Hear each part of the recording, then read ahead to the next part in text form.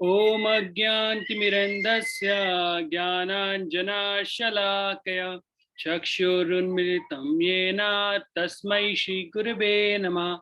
श्रीचैतन्यमनोभीष्टं स्थापितं येन भूतले स्वयं रूपः कदा मह्यं ददाति स्वपदान्तिकं।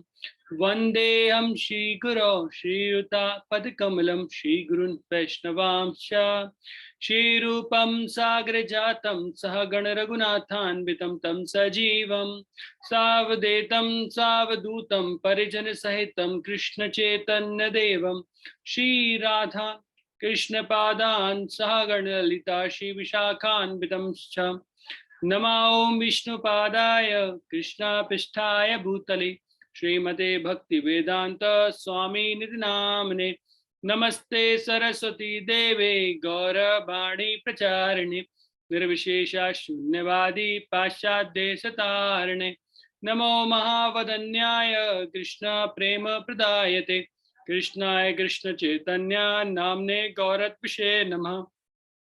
हे कृष्ण करुणा सिंधु दीनबंधु जगतपते गोपेशा गोपिका कांता राधा कांत नमस्तुते तप्त कांचन गौरांगी श्री राधे वृंदावनेश्वरी वृषभानुसुते देवी प्रणमामि हरिप्रिये वंशाकल्पतरुभ्यश्च कृपा सिन्धुभ्य एव च पतितानां पावनेभ्यो वैष्णवेभ्यो नमो नमः। जय श्री कृष्ण चैतन्य प्रभु नित्यानंद श्री अद्वैत गदाधर शिवासादि गौर भक्तवृंद हरे कृष्णा कृष्णा कृष्णा हरे हरे हरे रामो राम रामो हरे हरे।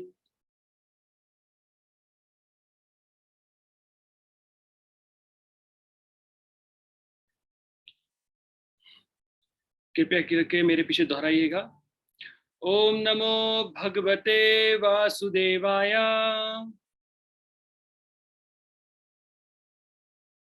ओम नमो भगवते वासुदेवाय ओम नमो भगवते वासुदेवाय नमो भगवते वासुदेवाय ओम नमो ओम भगवते नमो भगवते वासुदेवाय नारायणं नमस्कृत्य नरं चैव नरोत्तमं देवीं सरस्वतीं व्यासं ततो जयमुदीरये नमस्कृतास्तु अभद्रेषु नित्यं भागवते वय भगवती उत्तमश्लोके भक्तिभक्तिनैष्टि।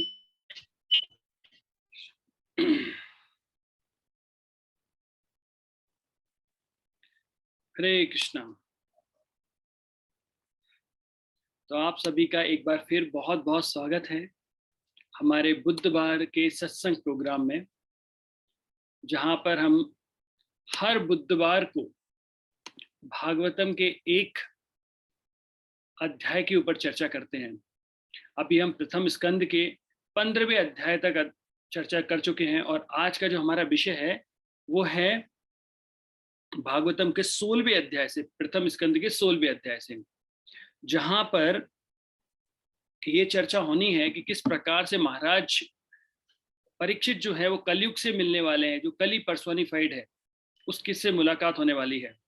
और 17वें अध्याय में हम देखेंगे कि किस प्रकार से महाराज ने उन्हें, परीक्षित महाराज ने उन्हें दंड दिया और किस प्रकार से, मतलब दंड भी कैसे दिया वो 17वें अध्याय में आता है। 16वें अध्याय में करीब 37 श्लोक है और इन 37 श्लोकों में किस प्रकार से विवेचना दी गई है कि जो पृथ्वी माता है वो गाय का रूप धारण करती हैं और जो धर्म है वो बैल का रूप लेकर आते हैं। और जो आप समझ जानते हैं कि बैल के 4 पैर होते हैं या गाय के 4 पैर होते हैं, तो उसी प्रकार से, लेकिन ये जो बैल है उसका केवल एक ही पैर है, 3 पैर कट चुके होते हैं और एक पैर पे खड़े हुए जो बैल है वो गाय से प्रश्न कर रहा है। तो इस अध्याय में हम ये चीजें देखेंगे। और क्योंकि अभी कली का पदार्पण हो रहा है तो परीक्षित महाराज को पता लगता है, तो इस अध्याय में हम ये सारी जानकारी देखते हैं।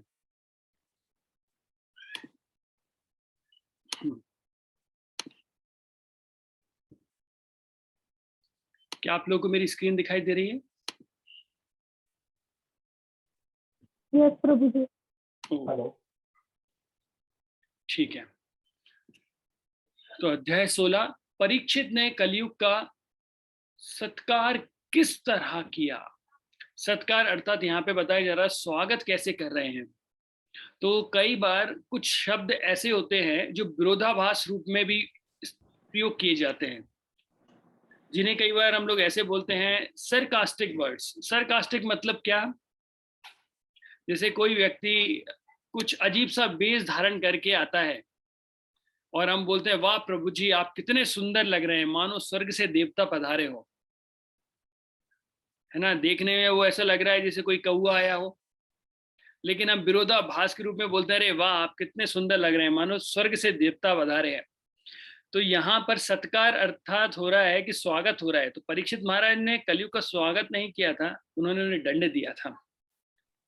तो अभी अध्याय चालू करते पहले श्लोक में। सुत उवाचा अर्थात सुत गोस्वामी अब बोल रहे हैं। देखिए आप लोग ये थीम भूले तो नहीं है ना कि हम कौन से कहाँ पर हैं, कि कौन सी भागवतम किसको सुनाया जा रहा है। आपको याद है, सब लोगों को याद है कि कैसे चल रहा था हमारा, कि जैसे सबसे पहले सुत गोस्वामी जो नैमिषारण्य में जो ऋषि हैं, जो कलयुग के प्रारंभ से मतलब कलयुग का प्रारंभ होने वाला था उसी से यज्ञ कर रहे हैं, और सुत गोस्वामी वहां पर आते हैं तो वहां के ऋषि भगवान की लीलाओं के बारे में जानना चाहते हैं। ये सुत गोस्वामी जो थे बताते हैं कि परीक्षित महाराज की मृत्यु के बारे में, और बताते हैं कि वो अभी अभी सुनकर आए भागवतम सुखदेव गोस्वामी से। तो सुखदेव गोस्वामी से सुत गोस्वामी ने भागवतम सुनी और वो सुत गोस्वामी नैमिषारण्य के ऋषियों को बता रहे हैं, इसलिए यहाँ पे आ गया सुत उवाचा। कई बार भक्त लोग सुत गोस्वामी और सुखदेव गोस्वामी को एक ही बता देते हैं। सुत उवाचा अर्थात सुत गोस्वामी ने कहा, हे विद्वान ब्राह्मणों। तो ये विद्वान ब्राह्मण कहाँ के हैं? नैमिषारण्य के। जब महाराज परीक्षित श्रेष्ठ द्विज ब्राह्मणों के आदेशों के अनुसार महान भगवत भक्त के रूप में संसार पर राज करने लगे, उन्होंने उन महान गुणों के द्वारा शासन चलाया जिनकी भविष्यवाणी उनके जन्म के समय पटु ज्योतिषियों ने की थी। आपको ज्ञात होगा कि हम लोगों ने जब परीक्षित महाराज के जन्म के विवरण देख रहे थे तो वहां पर युधिष्ठिर महाराज के पास में बहुत सारे विद्वान ब्राह्मण आए थे, जिन्होंने पहले ही ये भविष्यवाणी कर दी थी कि परीक्षित महाराज कितने महान ऋषि बनेंगे। ऋषि अर्थात राज ऋषि। राज ऋषि शब्द का अर्थ होता है ऐसा राजा जो राजा होते हुए भी ऋषि की तरह कार्य करता है, उसको राज ऋषि। और अपने महान गुणों के कारण समस्त उस समय बोलेंगे समस्त संसार में प्रसिद्ध होंगे। तो बता रहे हैं कि उन्हीं ब्राह्मणों ने जो बताया था वैसे ही चल रहा था, परीक्षित महाराज वैसे ही कार्य कर रहे थे। अभी देखिए यहाँ पर राजा परीक्षित की शादी के बारे में आया है कि राजा परीक्षित ने राजा उत्तर की पुत्री इरावती से विवाह किया और उससे उन्हें श्रेष्ठ पुत्र महाराज जन्मेजय सहित 4 पुत्र प्राप्त हुए। अब देखिए यहाँ पे बहुत बड़ा ट्विस्ट है, थोड़ा समझना पड़ेगा कि परीक्षित महाराज ने किससे विवाह किया? राजा उत्तर की पुत्री से। उत्तर कौन थे? परीक्षित महाराज की मां का नाम था, किसी को याद है क्या नाम था? Very good, Uttara. तो उत्तर और उत्तरा दोनों भाई बहन थे। और तो उत्तर जो है उनका जो पुत्र है पुत्री है, उनसे परीक्षित महाराज की शादी हो रही है। अर्थात यहाँ पे कौन सा रिश्ता लग गया है? मामा और बुआ का। अर्थात जो मामा की बेटी है उससे शादी हो रही है। तो यहाँ पे आप देखेंगे ये इस प्रकार से होता था। तो ऐसे शिल प्रभुपाद जी अपने इसमें बताते हैं कि अगर ये ममेरे भाई चचेरे भाई में शादी हो सकती है अगर उनका गोत्र जो है वो एक ना हो। तो अलग अलग गोत्रों में शादी संभव है, लेकिन अगर एक गोत्र होता है तो परेशानी होती है। जैसे हम तात्पर्य में देखते हैं, प्रभुपाद जी ने बहुत अच्छे से बताया है, महाराज उत्तर विराट के पुत्र तथा महाराज परीक्षित के मामा थे। ईरावती महाराज उत्तर की पुत्री होने से महाराज परीक्षित की ममेरी बहन थी। लेकिन यदि ममेरी भाइयों तथा बहनों का गोत्र अर्थात परिवार एक ना हो तो उन्हें विवाह करने की अनुमति होती थी। विवाह की वैदिक पद्धति में गोत्र या परिवार पर बल दिया जाता था। अर्जुन ने भी सुभद्रा से विवाह किया था, यद्यपि वह उनकी ममेरी बहन लगती थी, क्योंकि कुंती महारानी जो थी वो भगवान कृष्ण की बुआ थी। तो यहाँ पर बताया कि अगर एक गोत्र होता है तो विवाह संपन्न नहीं हो सकता, लेकिन अगर अलग अलग गोत्र है तो विवाह आसानी से संपन्न होता है। अभी देखिए यहाँ पर महाराज परीक्षित से जो पुत्र का जन्म हुआ उनका नाम था जन्मेजय। और जन्मेजय ने जब देखा था कि परीक्षित महाराज को तक्षक नाग ने डस लिया है और तक्षक नाग से उनके पिता की मृत्यु हुई है, तो उन्होंने एक यज्ञ किया था। और वो यज्ञ क्या था? वो सर्प यज्ञ था कि सारे सांप नाग आकर क्या हो जाए, उसमें भस्म हो जाएं। लेकिन फिर देवताओं की आज्ञा से या देवताओं की प्रार्थना से फिर उन्होंने उसे बंद कर दिया। तो ये यज्ञ कहाँ पे हुआ था कि आज उस स्थान को क्या बोलते हैं? प्रभु जी, नागदा। Nagda, very good. तो हमारे सारे वैष्णव मुख्यतः वैष्णव नागदा से हैं और ये वही स्थान है जहां पर जन्मेजय ने ये यज्ञ किया था। तो आप देखिए भागवतम में भी नागदा का विशेष स्थान आता है, कितना धार्मिक स्थल है। महाराज परीक्षित ने कृपाचार्य को अपना गुरु चुनने के बाद गंगा के तट पर 3 अश्वेत यज्ञ किए। इन्हें आगंतुकों एवं निर्मितिकों को पर्याप्त दक्षिणा देकर संपन्न किया गया। इन यज्ञों में सामान्य लोग भी देवताओं का दर्शन पा सके। तो पहले युगों में क्या होता था कि जब कोई ऋषि या फिर महान राजा कोई यज्ञ संपन्न करते थे तो उस समय स्वर्ग से देवता लोग भी आते थे और पृथ्वी लोक पर आके अपना दर्शन देते थे, अर्थात वह उस यज्ञ में आते थे। लेकिन आजकल का जो युग हो गया है वो इतना पतित हो गए हैं कलयुग में कि देवता लोग ये पृथ्वी लोक पर नहीं आना चाहते, क्योंकि यहाँ पे इतने पाप बढ़ गए हैं।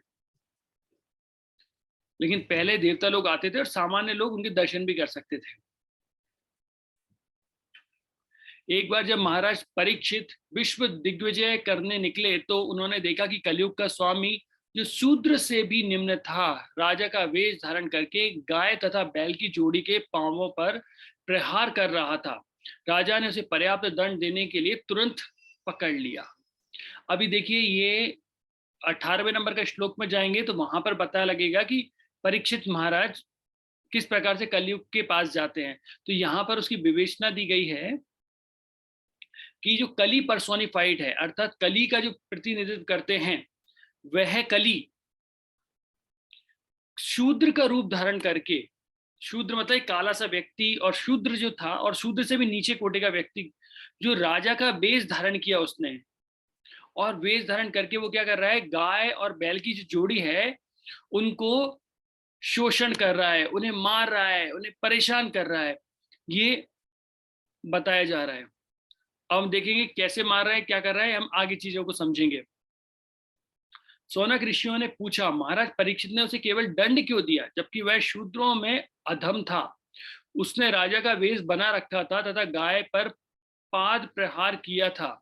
ये सब घटना यदि भगवान कृष्ण की कथा से संबंधित हो तो कृपया इनका वर्णन करें। अब देखिए यहाँ पे कौन सी इंपॉर्टेंट क्वेश्चन बोल रहे हैं सौनक ऋषि। सौनक ऋषि ये बोल रहे हैं कि भाई अगर कोई व्यक्ति गाय और बैल पर इतना अत्याचार कर रहा है तो परीक्षित महाराज ने उसे दंड क्यों दिया? दंड क्यों दिया अर्थात उसके प्राण क्यों नहीं हर लिए? केवल दंड दे के छोड़ने का अधिकार नहीं होता, क्योंकि हमारे यहाँ गाय को माता का स्थान दिया जाता है, और अगर कोई व्यक्ति माता पर अत्याचार करेगा और इसे परेशान करेगा तो बोला कि उसे मृत्युदंड देना चाहिए। तो बोला परीक्षित महाराज ने मृत्युदंड क्यों नहीं दिया उन्हें, केवल सिंपल दंड क्यों दिया उनको? दूसरी बात, अब वो क्या बोल रहे हैं कि आप ये कथा तो हमें सुना रहे हैं कि भाई एक शूद्र था, एक गाय थी, ये बैल थी, तो बोले आप ये कथा में सुना क्यों रहे हैं? अगर इन कथा का कोई संदर्भ भगवान की लीलाओं से है तो हम सुनने में क्या करें, ध्यान लगाएं, और अगर नहीं है तो कृपया करके ना बताएं।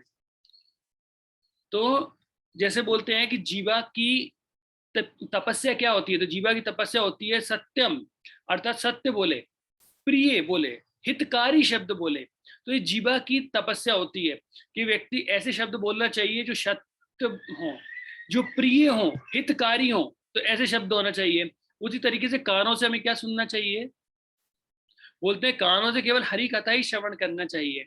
तो देखिए यहाँ पर सौनक ऋषि जो हैं वो बड़े प्यार से सुध गोस्वामी से बोल रहे हैं कि अगर ये कथाएं भगवान से संबंधित हैं तो कृपया करके इनका वर्णन करें, और अगर ये कथाएं भगवान से संबंधित नहीं है तो कृपया करके यहीं पर रुक जाएं, इसे आगे ना बताएं हमें, क्योंकि अगर भगवान से संबंधित नहीं है तो वो क्या होंगी? केवल प्रजल्पा होगा। प्रजल्पा अर्थात व्यर्थ की बातें होंगी। तो देखिए ऋषि कितने ध्यान से बोल रहे हैं कि यदि, इफ उन्होंने यहाँ पे लगा दिया, यदि भगवान कृष्ण की कथाओं से संबंधित हो तो कृपया करके वर्णन करें। तो हमें भी अपने जीवन में ये ध्यान रखना चाहिए कि जब हम भक्तों के साथ बैठते हैं, कोई चर्चा करते हैं, तो चर्चा करते करते हम कहाँ निकल जाते हैं हमें पता नहीं लगता है। तो हमेशा ध्यान रखना चाहिए कि क्या ये चीजें मुझे भक्ति में आगे बढ़ाने के लिए सहायता करेंगी या पीछे हटाने में सहायता करेंगी। कई बार ऐसा नहीं होता कि कृष्ण कथा हम लोग कर रहे हैं और या फिर कोई बात कर रहे हैं और 2-3 बार कृष्ण कृष्ण बोल दिया तो कृष्ण कथा हो गई। कृष्ण कथा अर्थात कृष्ण से संबंधित हो और हमें भक्ति में आगे बढ़ाने के लिए बोली जाए। तो अगर ऐसी कोई चीज नहीं है तो वो चीजें फिर हमें नहीं सुनना चाहिए। ऐसा बोलते हैं कि अगर कोई व्यर्थ की बातें सुनता है, इसका अर्थ हुआ कि उसके जो 2 कान है वो सांप की खोलों की तरह हुए, सांप की बिल की तरह है, जिसमें कुछ भी चीज, जो चीज जा रही है वो कैसी जा रही है? जहर के रूप में चीजें जा रही हैं, क्योंकि सांप जहर लेके जाता है, तो ऐसी ही होती है। तो वो हमको ध्यान रखना चाहिए कृष्ण कथा के अलावा और हम चीजें ना सुने। भगवान के भक्त भगवान के चरण कमलों से प्राप्त मधु के चाटने के आदी हैं। उन कथा प्रसंगों से क्या लाभ जो मनुष्य के बहुमूल्य जीवन को व्यर्थ नष्ट करे।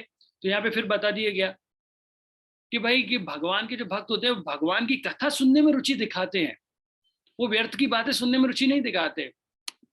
जिसमें हमेशा बोलता हूँ कि भाई हम सत्संग में गए और सत्संग में जाने के बाद हम चालू कर दें अपना ही एक सत्संग, अरे यार आज तो मैं सत्संग में कैसे आया हूँ मैं जानता हूँ, मैं इतना फंस गया था, आज ऑफिस में इतना काम था, फिर शर्मा जी ने ऐसा कहा तो उसकी बात पे वर्मा जी ने ऐसा बोल दिया, तो वर्मा जी कुछ बोल ही रहे थे इतने में गुप्ता जी ने बोल दिया, और जब तक मैं गुप्ता जी से बोलता था तब मिश्रा जी ने तो और एक नई बात निकाल दी। तो हम शर्मा, गुप्ता, वर्मा, दीक इन सब में एंटर कर जाते हैं और हम भूल जाते हैं कि हम यहाँ पर सत्संग के लिए आए हैं। तो ये चीज हमें हमेशा ध्यान रखना चाहिए। और जो भगवान के भक्त होते हैं बोल रहे हैं कि वो हमेशा भगवान के चरणों पर ध्यान लगाते हैं, हरि कथा में ही उनका मन होता है, उन्हें व्यर्थ की चीजें जो उनका समय नष्ट करे उस पर उनका कोई ध्यान नहीं होता, वो नहीं चाहते हैं ऐसी चीजें करना। क्योंकि आजकल डाटा या फिर इंफॉर्मेशन की कमी नहीं है, आप आपके घर बैठे ही आप नहीं चाहते फिर भी लोग आपको भक्त बनाने के में लगे रहते हैं, चाहे वो व्हाट्सएप का जरिए हो, चाहे आप फेसबुक हो, चाहे आप कोई और अलग अलग वो आते हैं, वो आपको भक्त बनाने में लगे रहते हैं। अलग अलग व्यक्ति अलग अलग एडवाइस देता ही रहता है जीवन की, कुछ ना कुछ हीरे मोती हमको मिलते ही रहते हैं। अब वो हीरे मोती कितने अच्छे होते हैं, हीरे होते हैं कि कांच के टुकड़े होते हैं, वो पता नहीं लगता है, लेकिन जरूरत के समय पे जब वो चुभ जाते हैं तब समझ में आता है अरे हीरा नहीं था। तो ये ऐसी चीजें जो होती हैं हम क्या करते हैं, ऐसे डाटा को अपने दिमाग में फिट करते रहते हैं और फिर एंटर कर जाते हैं। जैसे लोग बोलते हैं अरे प्रभु जी, कई बार मंदिर में अभी बैठा हुआ तो एक व्यक्ति बोलता है देखिए प्रभु जी मंदिर में सभी को समान अधिकार होना चाहिए, सब समान है भगवान की दृष्टि में, है ना। तो कई बार भक्तों को देख के ऐसा बोल देते हैं, जैसे कोई कार्य के लिए कोई मान लीजिए नॉर्मल पीपल को मना कर दिया है कि आप इधर से मत आइए, और कोई भक्त ऐसे आते हैं, बोला देखिए ये मंदिर वाले जो लोग हैं ये समान नहीं है, सब समान होते हैं भगवान की दृष्टि में, सबको समान कार्य करना चाहिए। लेकिन मैंने बोला कि अगर सब समान है तो आप सुबह 4 बजे मंगला आरती में क्यों नहीं आते हैं, ये जो भक्त आते हैं। अगर सब समान है तो ये झाड़ू पोंछा क्यों नहीं लगाते हो आप मंदिर में जाके? जो भक्त लोग बेचारे रात को जग कर, जब आप जो सब गंदगी करके चले जाते हो, वो मंदिर में बेचारे पहले झाड़ू लगाएंगे, फिर पूरे मंदिर को धोते हैं। उस समय ये समान अधिकार कहाँ चला जाता है?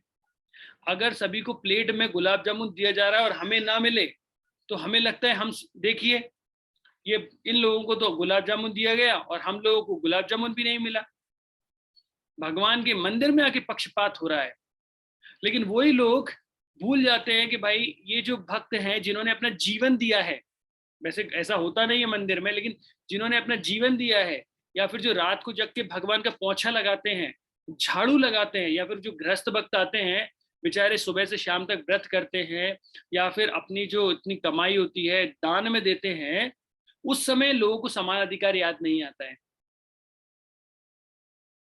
बोला आप पैसा कमा के लाते हो और आप अपने घर में पत्नी और बच्चों को खिलाते हो, अपनी इंद्र तृप्ति में लगाते हो, और जो हमारे गृहस्थ भक्त पैसा कमाते हैं और भगवान की सेवा में लगाते हैं, अगर आपने उन्हें थोड़ी सी कुछ स्पेशल फैसिलिटी दी तो लोग बोलते हैं देखो भगवान के यहाँ। तो देखिए ये ध्यान रखना पड़ेगा, ट्रेन और बस के रूल्स सेम नहीं होते हैं।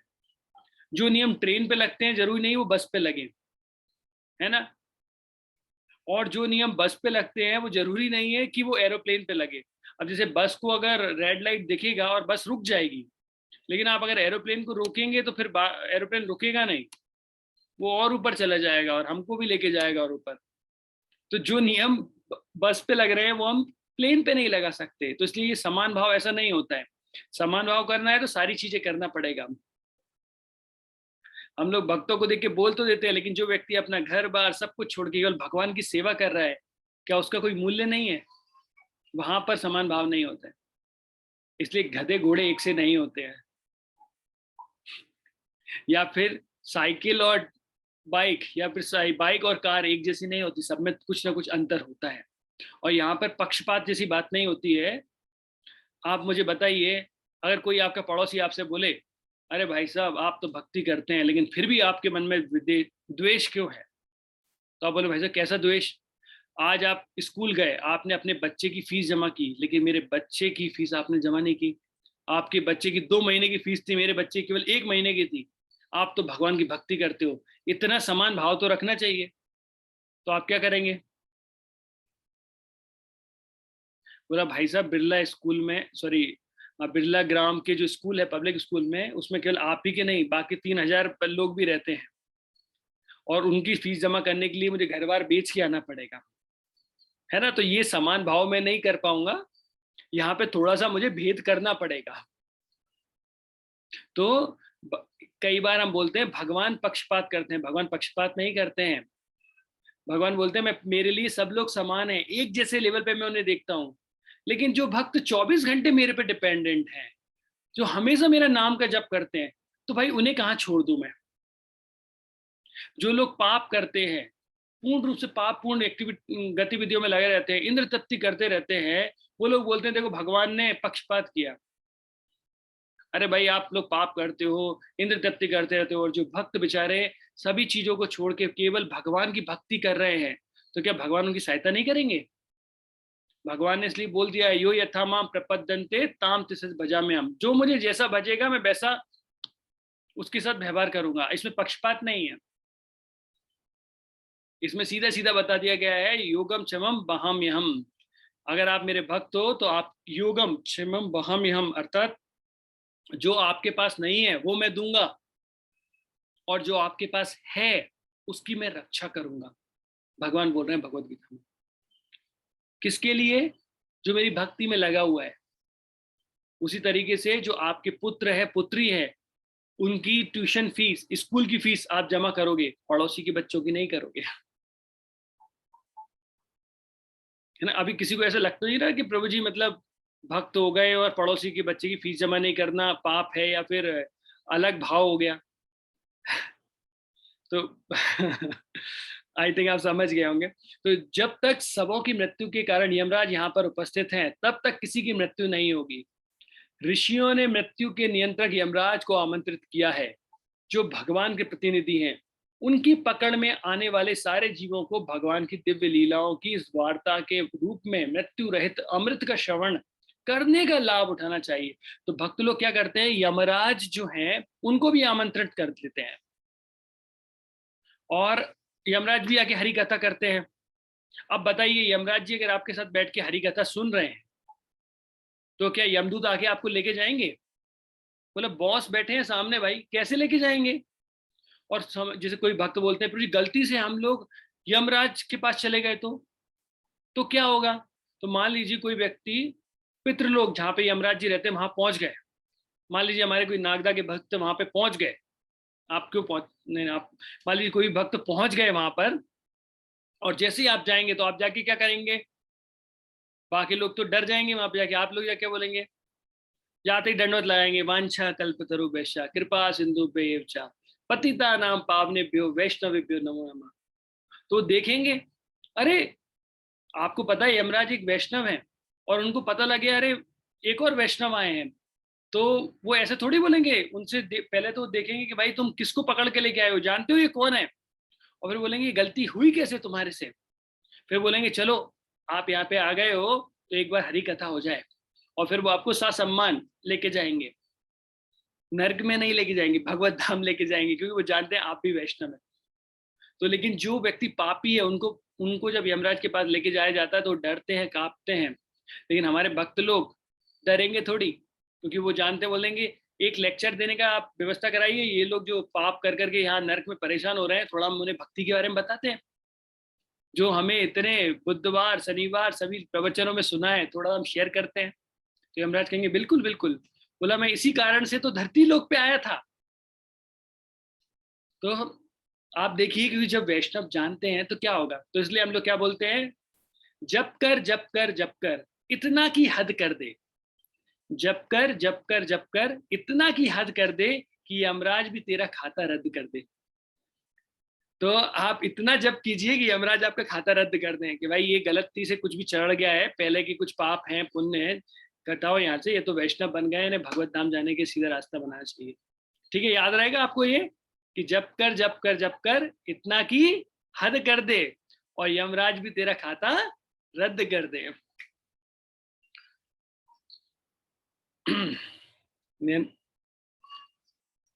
अब मैं एक और बताता हूँ कि यहाँ पर यमराज अर्थात जहां पर हरि कथा चलती है वहां पर सभी देवी देवता सभी लोग उपलब्ध होते हैं, और जब वो उपलब्ध रहेंगे तो कोई भी आपको परेशान नहीं कर पाएगा। अल्प बुद्धि तथा कम आयु वाले आलसी मनुष्य रात को सोने में तथा दिन को व्यर्थ के कार्यों में बिता देते हैं। तो बोला है कि जो व्यक्ति अल्प बुद्धि है, इनकी कम बुद्धि है, वो क्या करते हैं? देखिए यहाँ पे कम आयु भी लिखा हुआ है, वहां पे कम आयु क्यों लिखा हुआ है? क्योंकि जितना डेबिट करते जाते हैं, पाप करते जाते हैं, उतना उनके अकाउंट से कटता जाता है। और ये आलसी क्यों लिखा गया है? आलसी इसलिए लिखा गया है कि मनुष्य देह मिला है, मानस जन्म पाइया राधा कृष्ण ना भजिया, जानिया सुनिया बिस खाइनु। अर्थात आपको मनुष्य देह, जो दुर्लभ मनुष्य देह प्राप्त हुआ है, और ये जानते हुए भी आपने राधा कृष्ण का भजन नहीं किया है, तो आपने क्या किया? जानिया सुनिया बिस खाइनु, बोला जान बूझ के व्यक्ति विष खा रहा है। तो जैसे कई बार लोग बोल देते हैं कि भाई जानबूझ के करना, तो कोई बोल रहा था कि किसी ने डेफिनेशन दी थी कि love marriage is suicide, then arrange marriage is pre planned murder.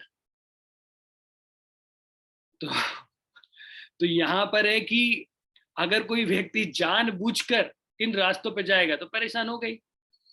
तो वैसे ही यहाँ पे बताया गया कि कलयुग का व्यक्ति है, इतने आलसी हैं, कम बुद्धि वाले हैं, वो रात का समय जो है सोने में व्यतीत करते हैं और दिन का समय व्यर्थ के कामों में लगे रहते हैं।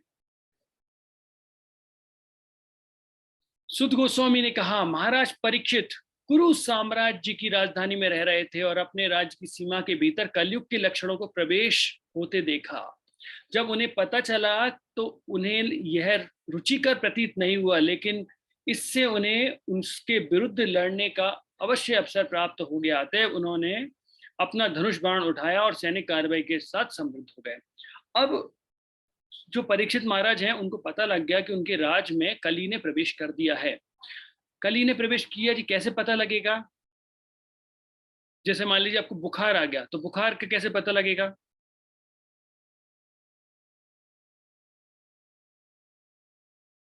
कैसे पता लगेगा भाई हमें बुखार आ गया है? टेम्परेचर बढ़ जाएगा बॉडी का। टेम्परेचर बढ़ जाएगा बॉडी का, जिससे क्या होता है, हमें समझ में आने लगता है, शरीर टूटने लगता है, कई बार नाक बहने लगती है, और धीरे धीरे हमारी एनर्जी डाउन होती है, हमें समझ में आने लगता है कि भाई फीवर आने वाला है। और फीवर आता है तो टेम्परेचर हमारा, अर्थात जो हमारे शरीर का तापमान है वो बढ़ जाता है, अर्थात उसके जो सिम्टम होते हैं वो हमारे शरीर में दिखने लगते हैं। वैसे ही कली प्रवेश कर गया, इसके सिम्टम परीक्षित महाराज ने देख लिए। और वे सिम्टम क्या थे? वे सिम्टम थे कि लोगों ने जो 4 नियम थे वो तोड़ना प्रारंभ कर दिया। अब ये 4 नियम क्या होते हैं, किसी को पता है क्या, जो हम इस्कॉन में फॉलो करते हैं? Sir, Prabhu ji, no gambling, no meat eating, no illicit sex and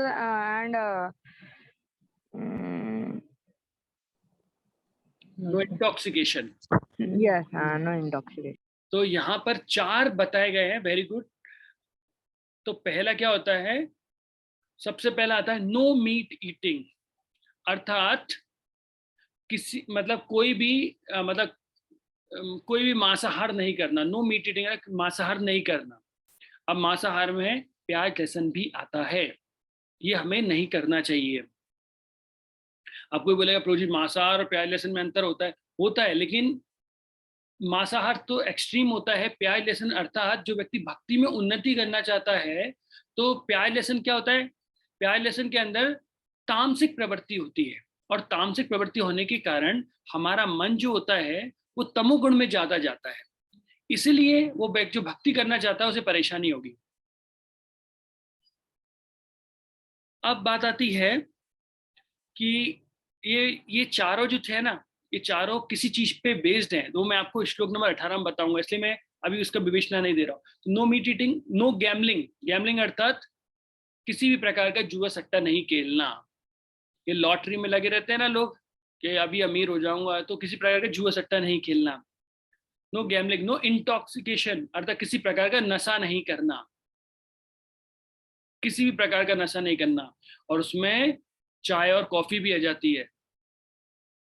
बोलेंगे गुरु नशा तो सुना था, लेकिन हमारे यहाँ जब लोग चाय और कॉफी बोलो तो परेशान हो जाते हैं। कई बार लोगों ने कहा क्या बात कर रहे हो, शास्त्रों में बताया गया कि चाय कॉफी पीना चाहिए। मैं क्या बात कर रहे हो, शास्त्रों में? बोला हाँ, लिखा है कि राम राज्य में दूध मिले, कृष्ण राज में दही, और कलयुग में चाय मिले तो फूक फूक के पी। तो राम राज में दूध मिलता था, कृष्ण राज में दही, कलयुग में चाय मिलती है, तो शास्त्रों में लिखा है। तो ऐसे कोई शास्त्र नहीं है जहां पे ऐसा विवरण दिया गया है। और नो इलिसिट सेक्स, अर्थात अभेद स्त्री पुरुष संग नहीं करना। अर्थ अभेद का मतलब होता है शादी से पहले, या जो आपने आपकी धर्म पत्नी या आपके धर्म पति जो आपने चूज किए हैं, ये चूज किए या जिनसे आपकी शादी हुई है, उनको छोड़कर किसी पराये पुरुष या स्त्री से संग नहीं करना। ये मैं आपको इसलिए बता रहा हूँ पराये स्त्री पराये पुरुष, क्योंकि कई बार दीक्षा होती है तो माता जी लोग से पूछो कि 4 नियम क्या हैं, तो वो तो बता देती हैं। बोला पराई स्त्री से संग नहीं करना, है ना, अभेद स्त्री संग नहीं करना, क्योंकि वो रट लेती हैं। तो मैं बता रहा हूँ अभेद स्त्री पुरुष संग होता है, ये कि अभेद स्त्री पुरुष संग नहीं करना, स्त्री के लिए पुरुष का नहीं करना, पुरुष के लिए स्त्री का नहीं करना। और कलयुग है साहब, और भी वेराइटीज इसमें आ जाती हैं। तो ये कलयुग में जैसे आगे बढ़ रहा है तो और भी टेक्निकल चीजें आ जाती हैं, आई थिंक आप समझते हैं। महाराज परीक्षित काले घोड़ों द्वारा खींचे जाने वाले रथ पर सवार थे। अब यहाँ पे ऐसा क्यों बताया गया काले घोड़ों के द्वारा? क्योंकि जो उनके पितामह थे, अर्थात उनके दादाजी थे अर्जुन, वो किस पे सवार होके आते थे? सफेद घोड़ों पे सवार होके आते थे। और ये इसलिए यहाँ बताया कि ये काले घोड़ों से आते थे। उनकी ध्वजा पर सिंह का चिन्ह अंकित था, और उनकी ध्वजा पर सिंह का चिन्ह अर्जित था। तो अर्जुन के फ्लैग पर क्या था? अर्जुन के झंडे पर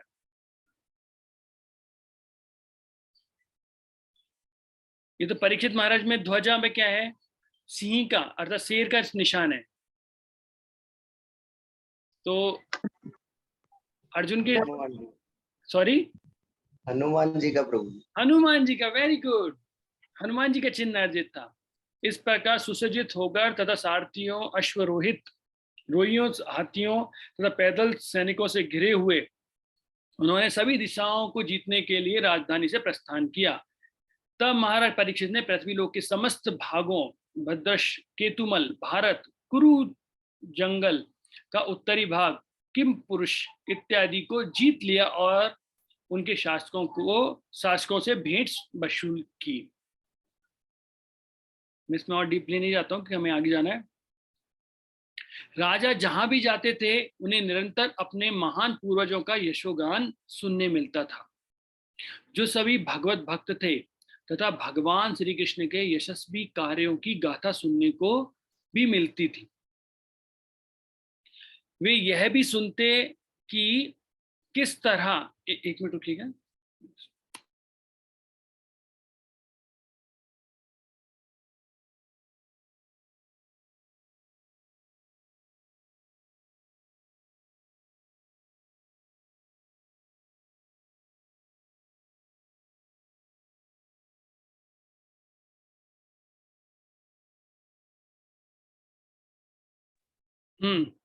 तो जहां कहीं भी कोई भक्त जाते थे, अर्थात ये जहां परीक्षित महाराज जाते थे, तो उनके जो पूर्वज थे अर्थात पांडव, उनके यशोगान लोग करते थे और बताते थे वो कितने महान भक्त हैं। देखिए कई बार हमें भी सौभाग्य मिलता है कि जब हम अपने जाते हैं कहीं स्थानों पे और लोग पूछते हैं कहाँ से आए हो, तुम्हारे पिता का नाम क्या है, और जब हम बताते हैं और वो बताते हैं अच्छा वो व्यक्ति, जैसे मुझे बहुत अवसर मिलता है कि मैं जाता हूँ और जब पिताजी का नाम बताता हूँ तो बताते हैं अच्छा तुम शास्त्री जी के बेटे हो, अरे वो तो बहुत महान जोशी हैं, उन्होंने हमारा भविष्य बताया था और ऐसा हुआ था और वैसा हुआ था। तो ऐसे ही आप ये देखिए कि परीक्षित महाराज जहां जहां जा रहे हैं क्योंकि भगवान कितने शुद्ध भक्त थे, इसलिए सब लोग उनका यशोगान कर रहे हैं और इसी को स्तुतियां बोलते हैं कि भाई ऐसे हो रहा है। वे यह भी सुनते कि किस तरह से स्वयं अश्वत्थामा के ब्रह्मास्त्र के प्रचंड ताप से भगवान कृष्ण द्वारा बचाए गए थे।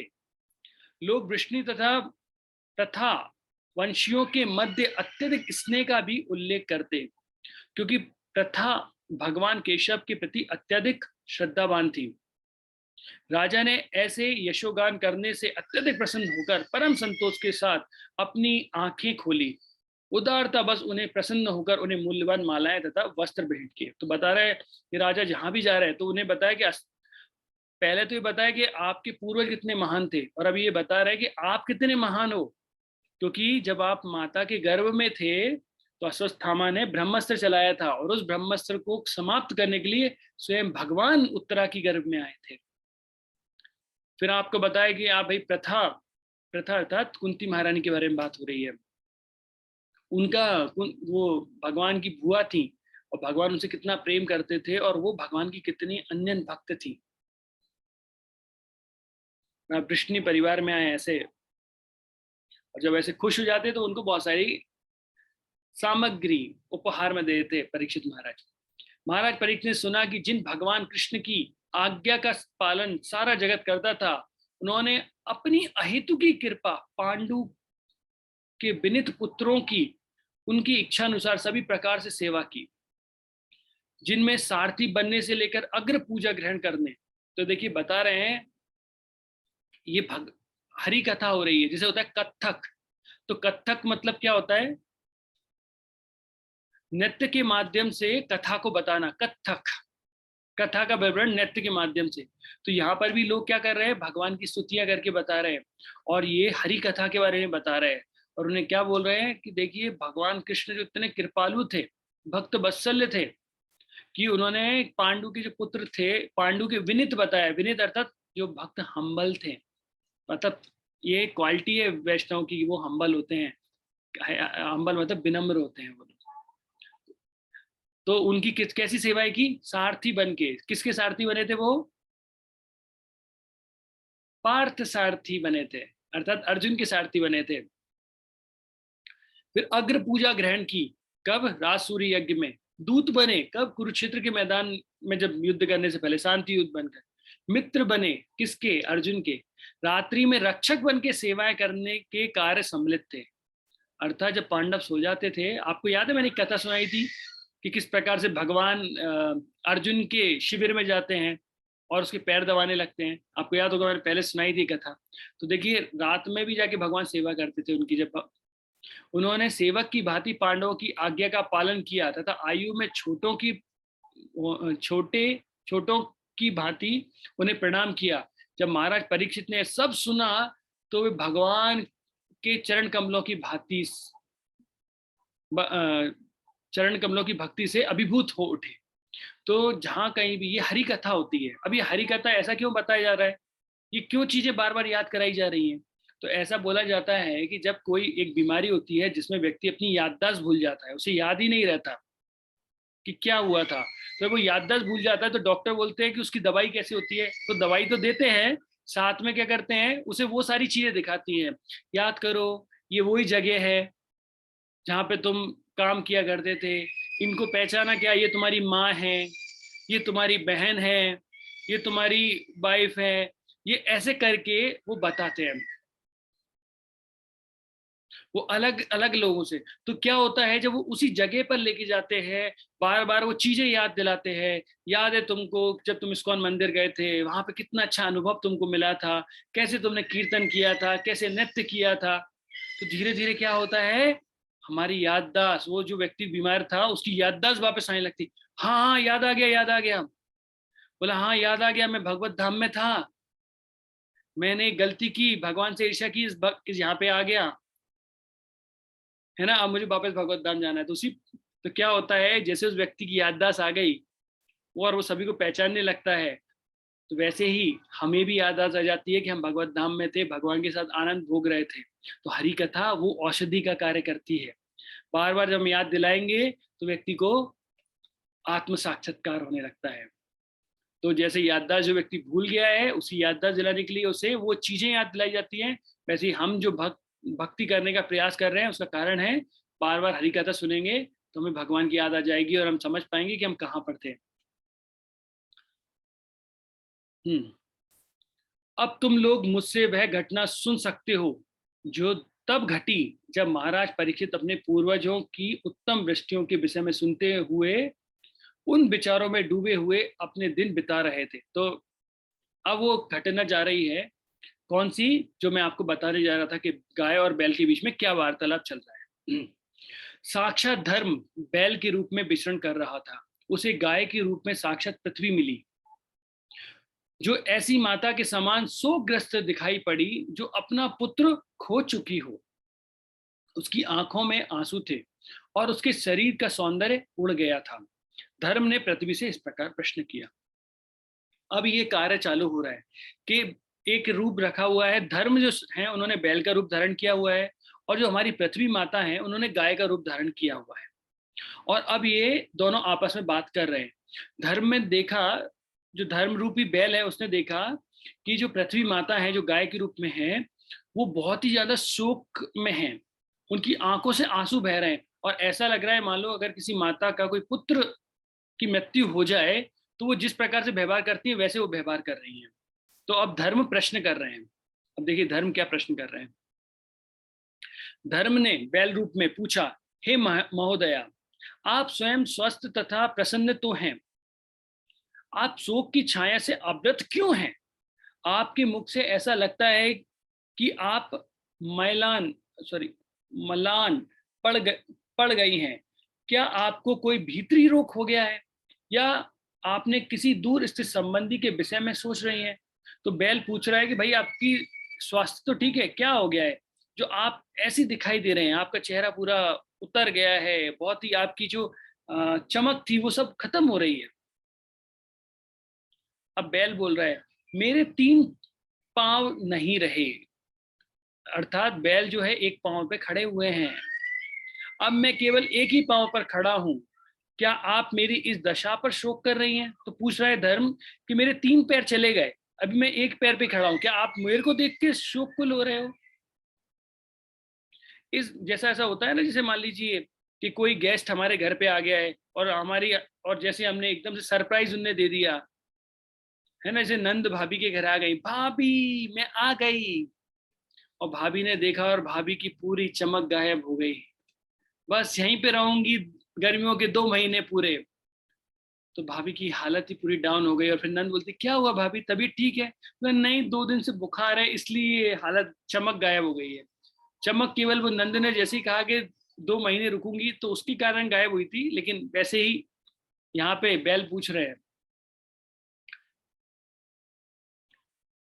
क्या आप मेरी इस दशा पर शोक कर रही है, या इस बात पर कि अब आगे अभेद मांस भक्षक आपका शोषण करेंगे, या आप इसलिए दुखी हैं कि अब देवताओं को यज्ञ की बलि में से अपना हिस्सा नहीं मिल रहा, क्योंकि इस समय कोई यज्ञ संपन्न नहीं हो रहे, या आप इस दुविधा या सूखे के कारण दुखी जीवों के लिए दुखित है।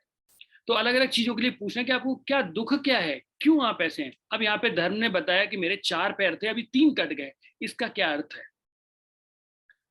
तो ऐसा बताया जाता है धर्म 4 पैरों पे अपने खड़े रहता है। और ये 4 पैर कौन से होते हैं? ये 4 पैर वो हैं जो हम 4 रेगुलेटरी प्रिंसिपल अर्थात 4 नियम फॉलो करते हैं। तो पहला नियम हमने डिस्कस किया था, चर्चा की थी कि पहला नियम क्या था। अभी मैंने 4 नियम आपको बताए थे। पहला नियम क्या था? Very good. अभी आप मतलब शुक्ला प्रभु जी में देखिए वीडियो में से वो ऐसा करके बता रहे हैं, मांसाहार नहीं करना है ना प्रभु जी, ये बोलना चाहते हैं? आप लोग म्यूट करके बोलेंगे तो समझ में नहीं आएगा, लेकिन प्रभु जी मैं म्यूट हूँ। अच्छा, मांसाहार नहीं, मांसाहार करना। तो मांसाहार करने से क्या होता है? तो जो व्यक्ति मांसाहार करता है उसके अंदर से कृपा समाप्त हो जाती है, या फिर दया बोलेंगे हम, दया समाप्त हो जाती है। तो जो व्यक्ति दूसरे जानवरों को काट के खाएगा, क्या उसके अंदर दया बचेगी? कभी नहीं बचेगी। तो शास्त्र बोलते हैं धर्म का एक पैर है दया। तो जो व्यक्ति मांसाहार करता है तो वो ये दया वाले पैर को तोड़ देता है धर्म के। दूसरा कौन सा हमारा नियम था?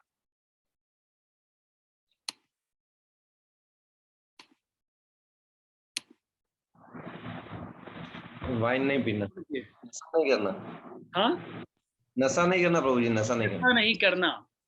तो नशा नहीं करने का मतलब क्या होता है कि जब कोई व्यक्ति नशा करता है तो कभी तप नहीं कर पाएगा।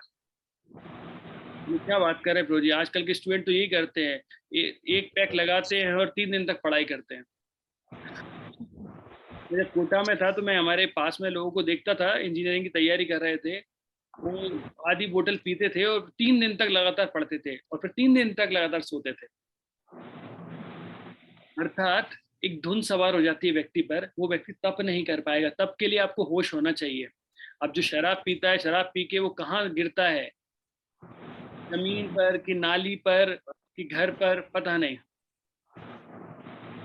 उनको पता ही नहीं होता। अगर आप उनसे पूछेंगे कि बताओ भारत में सबसे ज्यादा बर्फ कहाँ गिरती है, तो बोलेंगे शराब के गिलास में।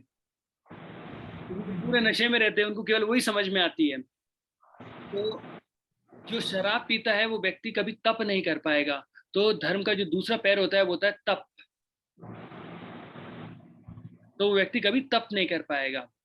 तीसरा पैर कौन सा है धर्म का? अर्थात regulatory principle, third regulatory principle, जुआ नहीं खेलना प्रभु, जुआ नहीं खेलना। भैया और कोई जवाब नहीं दे रहा है प्रभु को छोड़ के, बाकी सब लोग ये 4 नियम तोड़ना चाहते हैं क्या? हाँ सब लोग हैं।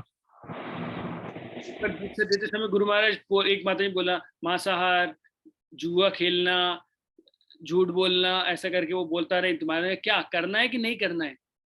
जैसे बोलो जुआ नहीं खेलना, मांसाहार नहीं करना, तो वैसे ही आप लोग बता नहीं रहे, इसका मतलब ऐसा तो कुछ नहीं गड़बड़ है अंदर। तो थर्ड कौन सा बताया प्रभु जी आपने? जुआ खेलना, है ना। तो जुआ सट्टा खेलने का मतलब क्या होता है? इसका मतलब होता है झूठ बोलना। अर्थात कोई व्यक्ति अगर जुआ अगर सट्टा खेलता है तो झूठ बोलेगा ही, अर्थात वो कभी सत्यवादी नहीं हो सकता है। तो धर्म का एक पैर होता है सत्य, और वो सत्य व्यक्ति झूठ बोलता है इसलिए वो पैर टूट जाता है। तो सत्य, है ना। तो तीसरा पैर लिख लीजिएगा सत्य। अब लास्ट रेगुलेटरी प्रिंसिपल कौन सा फॉलो करते हैं हम?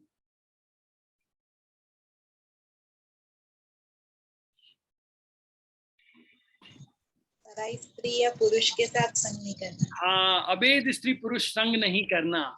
उससे क्या होता है, जब कोई व्यक्ति अभेद स्त्री पुरुष संग करता है, इसका मतलब होता है उसके अंदर से शुद्धता समाप्त हो जाती है। क्योंकि वह व्यक्ति क्या कर रहा है, वो बाहर से तो गंदा है ही, अंदर से भी गंदा है। क्योंकि उसके मन में क्या है, ये गंदगी है उसके मन में, वो अभेद संग करना चाहता है। तो अभेद स्त्री पुरुष संग जहां पे होता है वहां पर शुद्धता नहीं होती है।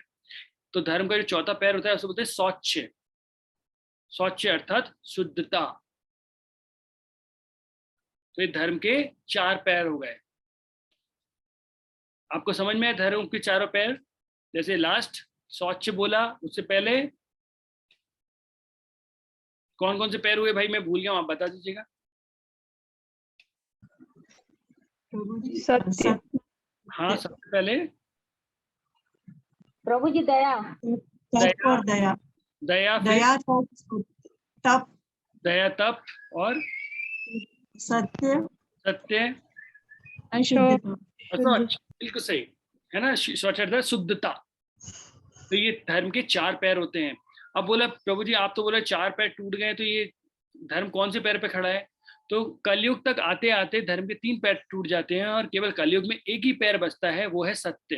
अर्थात कलयुग में आज भी लोग हैं जो सत्य बोलते हैं, इसलिए धर्म केवल एक पैर पे खड़ा है, और वो पैर कौन सा है? सत्य का।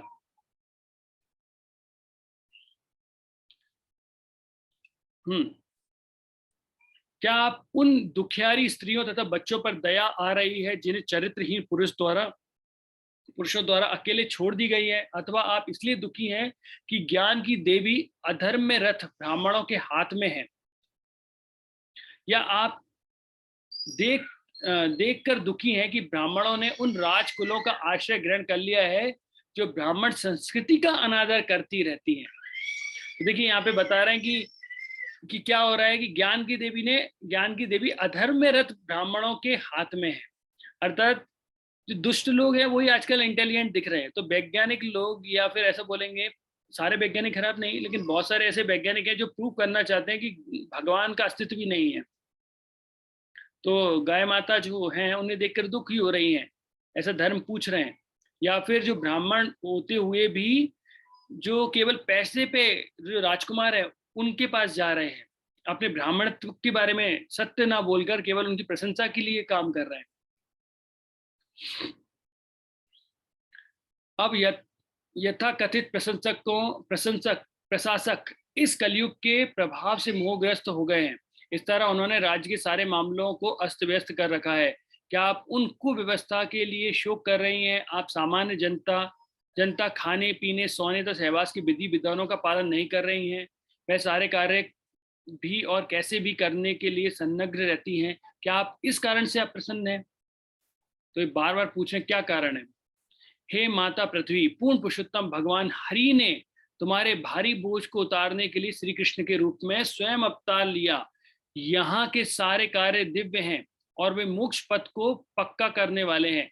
अब आप उनकी उपस्थिति से विहीन हो गई हैं। शायद आप उन्हीं कार्यों को सोच रही हैं और उनकी अनुपस्थिति में दुखी हो रही हैं। तो यहाँ पे धर्म क्या बोल रहा है कि अभी भगवान कृष्ण वापस अपने धाम जा चुके हैं, तो क्या उनकी अनुपस्थिति के कारण आप दुखी हो रहे हैं? हे माता, आप सारे धन की खान हैं।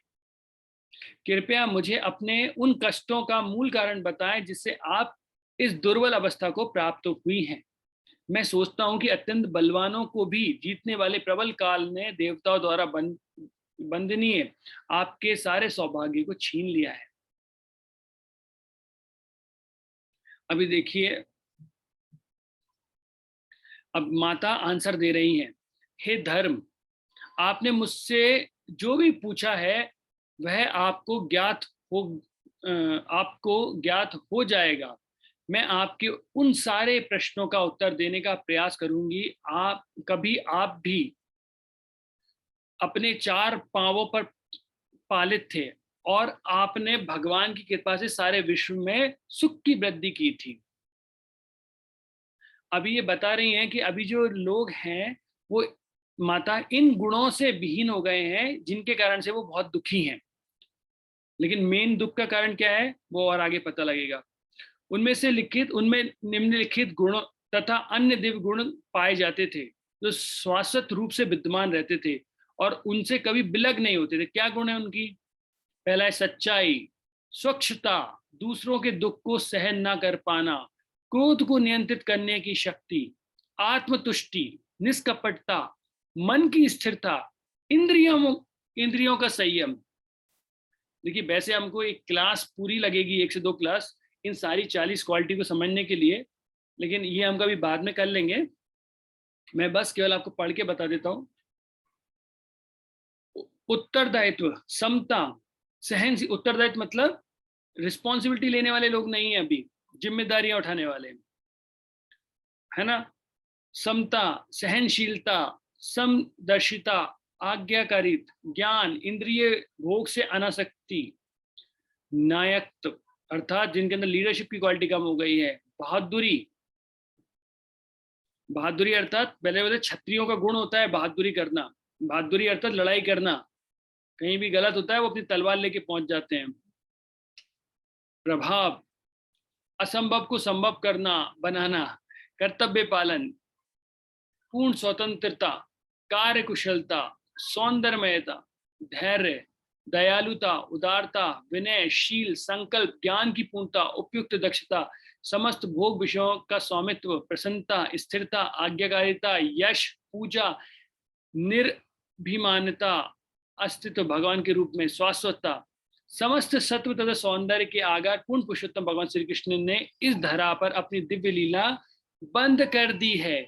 उनकी अनुपस्थिति में कली ने सर्वत्र अपना प्रभाव फैला दिया है, अतः मैं संसार की इस दशा को देखकर अत्यंत दुखी हूँ।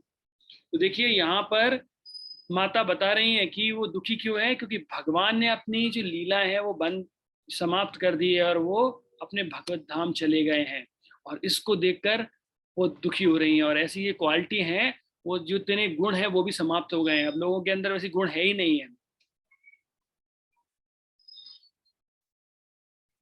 हे देवताओं में श्रेष्ठ, मैं अपने विषय में तथा आपके विषय में और उसी के साथ ही साथ सभी देवताओं, ऋषियों, पितृलोक के निवासियों, भगवत भक्तों तथा वर्णाश्रम धर्म के पालन सभी मनुष्यों के विषय में सोच रही हूँ। तो पृथ्वी माता सभी के विषय में सोच रही हैं और सोचकर दुखी हो रही हैं।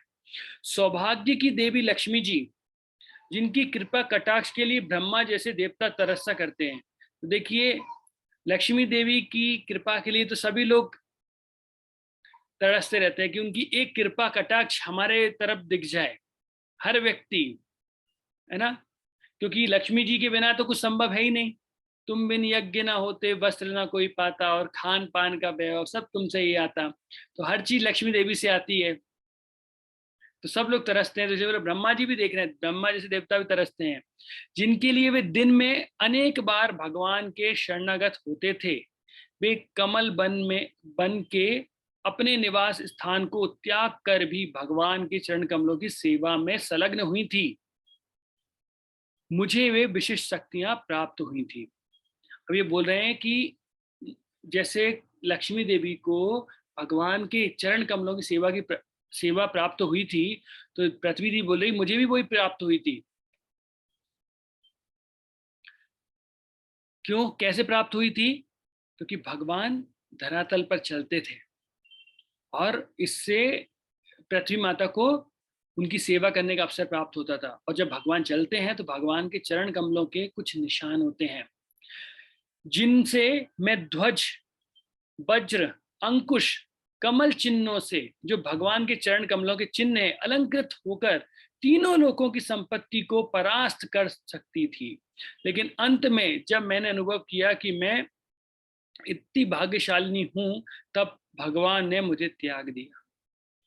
तो देखिए जब भगवान इस धरातल पे चलते हैं तो भगवान के चरण कमल में हमेशा बहुत सारे निशान होते हैं, जैसे ध्वज का निशान, वज्र का निवास, अंकुश का निशान, अंकुश अर्थात जिससे हाथी को कंट्रोल किया जाता है, तथा कमल के चिन्ह से कई चिन्ह होते हैं। श्रीमती राधा रानी की चरण चिन्ह भी होते हैं, उनमें भी कई प्रकार के निशान होते हैं।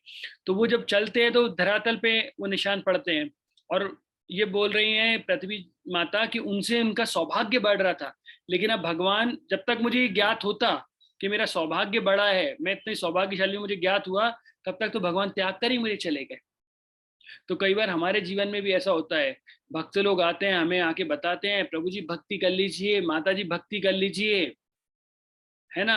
आप अभी भक्ति नहीं करेंगी, पूरा जीवन तो आपने बच्चों की सेवा में, पति की सेवा में, पत्नी की सेवा में, इस सेवा में, वो सेवा में लगा दिया, कब अपने बारे में जानेंगी। हमको लगते हैं, देखिए आप बचपन में 55 की बातें मत कीजिए, अभी तो हमने देखा ही क्या है, अभी तो बहुत कुछ देखना है, अभी तो बहुत कुछ करना है। और जब क्या होता है, धीरे धीरे करके जो बुढ़ापा हमें जकड़ लेता है, जिस बच्चे, जिन परिवार, जिन रिश्तेदारों के लिए हम इतना करते हैं, वही हमारे अनादर करने लगते हैं। तू रोज कमा के लाता गया और खाने वाले खाते गए, जब काया दुर्बल होने लगी वो तुझको आंख दिखाने लगे, दुनिया तो तेरी बन ना सकी, भगवान को अपना बना ना सका, तेरा लोक गया परलोक गया, तू मानव तन कुछ पा ना सका। तो भाई हमने पूरा जीवन, जैसे वाल्मीकि जी के जीवन में आता है कि इतने पाप किए, तो नारद मुनि ने बोला कि पाप किसके लिए कर रहे हो, तो बोला मैं, मेरे बच्चे हैं, मेरी पत्नी है, उनके लिए कर रहा हूँ। तो उनसे बोले पूछ तो लो तुम्हारे पाप के भागीदारी बनेंगे या नहीं बनेंगे।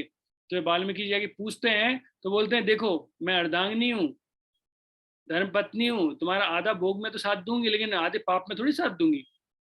धन कमाना तुम्हारी, तुम कैसे भी कमाओ, मैं थोड़ी पाप में साथ दूंगी। तो मुझे समझ में आ गया कि भाई धन जो लेके आते हैं उसका भोग तो सब करते हैं, लेकिन उसका पाप मुझे ही भोगना पड़ेगा। तो भाई जो भी हम गलत तरीके से धन लाएंगे वो भोगना हमें पड़ेगा पाप। तो उस धन को कमाने के लिए पहले यहाँ श्रम करना पड़ता है, और फिर जो धन का जो लेके आए हैं उसके पाप के कारण फिर नरक में जाके हमें कष्ट भोगना पड़ता है। तो तेरा लोक गया परलोक गया, तू मानव तन कुछ पा ना सका। तो हम कुछ नहीं पा सके, बस मतलब वो इतने गरीब लोग होते हैं, इतने गरीब लोग होते हैं कि उनके पास केवल पैसा होता है और कुछ नहीं होता है, और वो पाप होते हैं जिससे वो नरक में जाके परेशान हो सके। केवल 37 श्लोक बाकी हैं। हे धर्म पुरुष, मैं नास्तिक राजाओं द्वारा नियोजित अत्यधिक सैन्य समूह के भार से बोझित हो उठी थी, जब भगवान की कृपा से उससे उबर सकी हूं। इसी प्रकार आप भी कष्टप्रद अवस्था में थे और खड़े भी नहीं हो सकते थे। इस तरह आपको भी उबारने के लिए यदुवंश में वे अपनी अंतरंगा शक्ति से अवतरित हुए थे। तो पृथ्वी माता बता रही है कि धर्म की रक्षा के लिए, है ना, कौन सा श्लोक है याद है किसी को? भक्ति में सॉरी भगवत गीता में कौन सा श्लोक आता है कि भगवान क्यों अवतरित होते हैं? उसमें स्पेशली ये धर्म शब्द आता है। शुक्ला परिवार को छोड़ के कोई बताइएगा, और कोई उपस्थित हो क्लास में तो बताइए अगर किसी को याद हो तो। भगवत गीता का श्लोक वैसे BBR चोपड़ा जी ने बहुत कृपा करके याद करवाया है वो श्लोक सभी को। प्रभु जी यदा यदा हि धर्मस्य यदा यदा ग्लानिर्भवति। हाँ वेरी गुड, चलिए बहुत सारे भक्तों ने बोला, धन्यवाद आपका। तो यदा यदा हि धर्मस्य, तो भाई ये यहाँ पे धर्म की जब जब हानि होती है तब तक भगवान अवतरित होते हैं, और यही श्रीमद् भागवतम में आ गया है। अतएव ऐसा कौन है जो उन पूर्ण पुरुषोत्तम भगवान की विरह की वेद व्यथा को सह सकता है? तो पृथ्वी माता पूछ रहे हैं कि ऐसा कौन होगा दुर्भाग्यशाली व्यक्ति जैसे भगवान की जो व्यथा है उसको सहन कर पाए।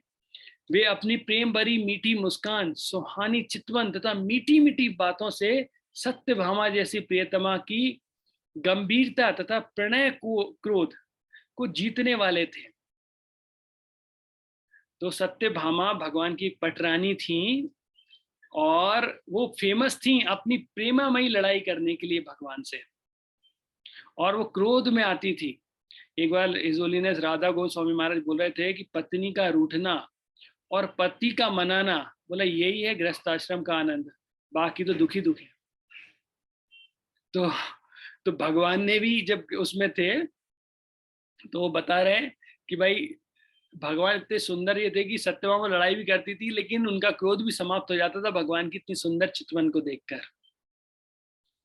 अब ये मत कीजिएगा कि मतलब माता जी रूठना चालू कर दें, प्रभु जी ने बोला था यही आनंद है गृहस्थाश्रम का, और प्रभु जी ले आके कंप्लेंट करने लगे कब तक मनाएंगे हम। जब वे मेरी पृथ्वी की सतह पर चलते थे तो मैं उनके चरण कमल की धूल में घस जाती थी, फिर घास से आच्छादित हो जाती थी, जो हर्ष से उत्पन्न मेरे शरीर को रोमांच जैसा था।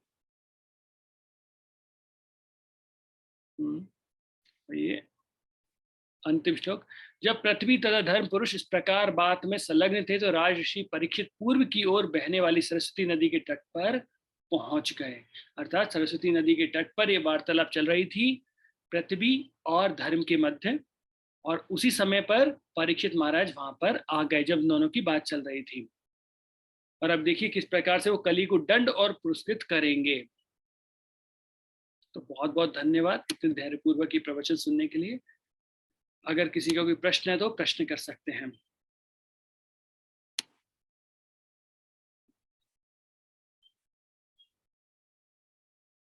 क्या किसी का कोई प्रश्न है?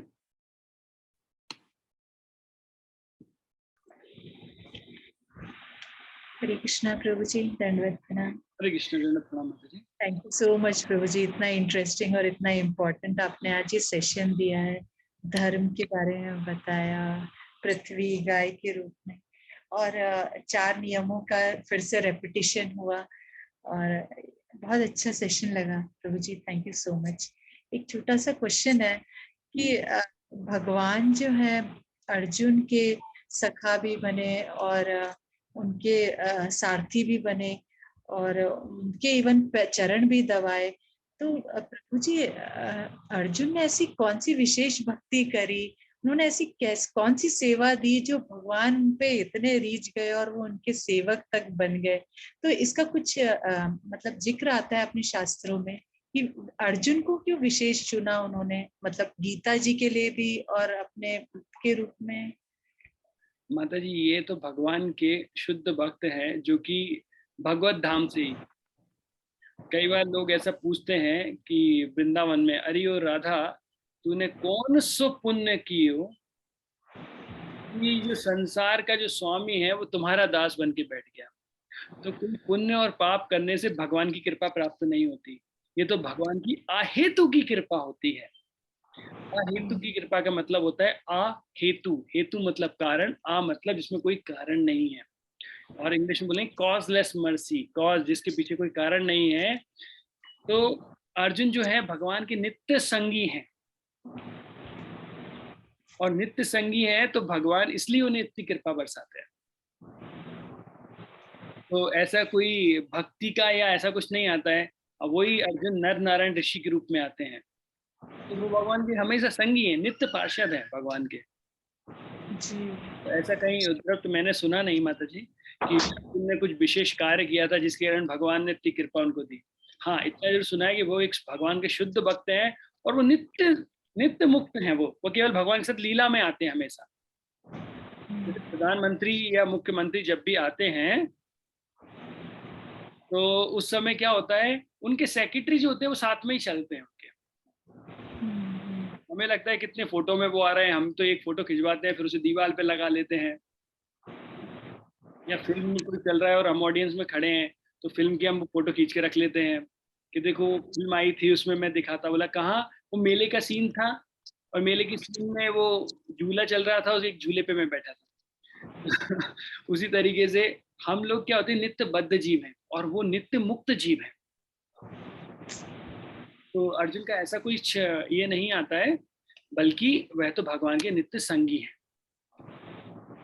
जी thank you so much, thank you. Hare Krishna. Sumit Sharma Prabhu ji ने लिखा है, श्रद्धा के समय जिन पितृ को भोग लगाया श्राद्ध के समय जिन पितरों को भोग लगाया जाता है वो आत्माएं मुक्त हो चुकी हैं या फिर से जन्म ले चुकी हैं। अच्छा ये प्रश्न प्रभु जी कर रहे हैं। तो श्राद्ध अर्थात हम पितरों के लिए करते हैं प्रभु जी, और उसके पीछे कारण क्या होता है, पितृलोक में जब वह जाते हैं तो उन्हें सहायता की आवश्यकता पड़ती है। किस प्रकार से सहायता, हम उनके कर्मों के कारण वह फंस चुके होते हैं कि उनकी कई बार जब अधोगति हो जाती है, अगर वह भगवान के शुद्ध भक्त हैं तो उनकी मुक्ति हो चुकी होती है, तो फिर श्राद्ध करने की इतनी आवश्यकता नहीं होती है। लेकिन मान लीजिए भगवान के शुद्ध भक्त नहीं है, तो उन्हें क्या होता है, हमें एक सहायता भेजनी पड़ती है, और वह सहायता ये पितृ समय में होती है। तो पितृलोक में रहने वाले जो हमारे पूर्वज होते हैं, उन्हें वह श्राद्ध के समय पर ही जो हम यहाँ से चीजें बेचते हैं वह प्राप्त होती हैं। और हमें क्यों भेजना चाहिए, क्योंकि मान लीजिए वो आप फंस गए हैं, तो वो किससे डिमांड करेंगे अपनी चीजें, वो हमसे ही करेंगे। जैसे मान लीजिए हम जिस घर में रह रहे हैं, ये शरीर हमको प्राप्त हुआ, जो सरनेम हमको प्राप्त हुआ, वो सब कुछ हमें उन्हीं से प्राप्त हुआ है, इसलिए वो डिमांड भी हमसे ही करते हैं। तो आपका जो प्रश्न है प्रभु जी कि जो आत्माएं मुक्त हो चुकी हैं क्या, अगर मुक्त हो चुकी होती तो श्राद्ध करने की कोई आवश्यकता नहीं होती उनको। और अगर उन्होंने जन्म भी ले लिया है, तो गरुड़ पुराण में इसके में आता है, अगर उन्होंने जन्म भी ले लिया है तो जिस जन्म में भी वो गए हैं, उन जो आपने श्राद्ध करके जो उनको भोग लगाया है, वो भोग वहां तक पहुंच जाता है। जैसे वो गाय बन गए हैं, किसी का माइक, तो मान लीजिए गाय बन गए हैं, तो वो जो श्राद्ध का जो आप भोग लगाएंगे वो उसे घास के रूप में, अगर पक्षी बन गए हैं तो दाने के रूप में, अगर कोई छोटे अभी जन्म लिया ही है तो दूध के रूप में, और अगर कोई और किसी और जाति में या मनुष्य देह में या बड़ी कुछ पहुंच गए तो किसी न किसी रूप में उन्हें वो चीज प्राप्त हो जाती है। प्रभु जी एक प्रश्न मैं पूछूं? हाँ एक मिनट माता जी, ये सुमित शर्मा प्रभु जी, और कुछ आप जानना चाहते हैं? हमें भी प्राप्त होती है, हाँ, मतलब क्या पूछना चाहते हैं प्रभु, हमें भी प्राप्त होती है?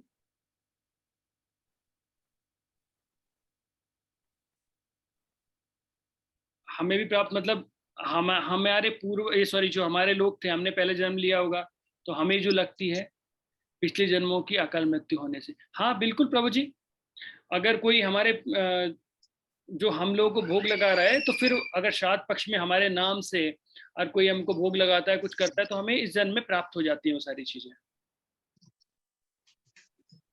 और अगर आपको इस विषय में जानना है तो अभी जब श्राद्ध पक्ष आएगा तो हम स्पेशल क्लास इसी पे करेंगे, जहाँ पर गरुड़ पुराण में से क्या क्या चीजें हैं वो हम लोग देख पाएंगे। ओके प्रभु जी। हाँ अभी किसी ने पूछा था बीच में। हाँ प्रभु जी, ये पता कैसे चलेगा कि वो आत्माएं मुक्त हुई है या नहीं हुई है?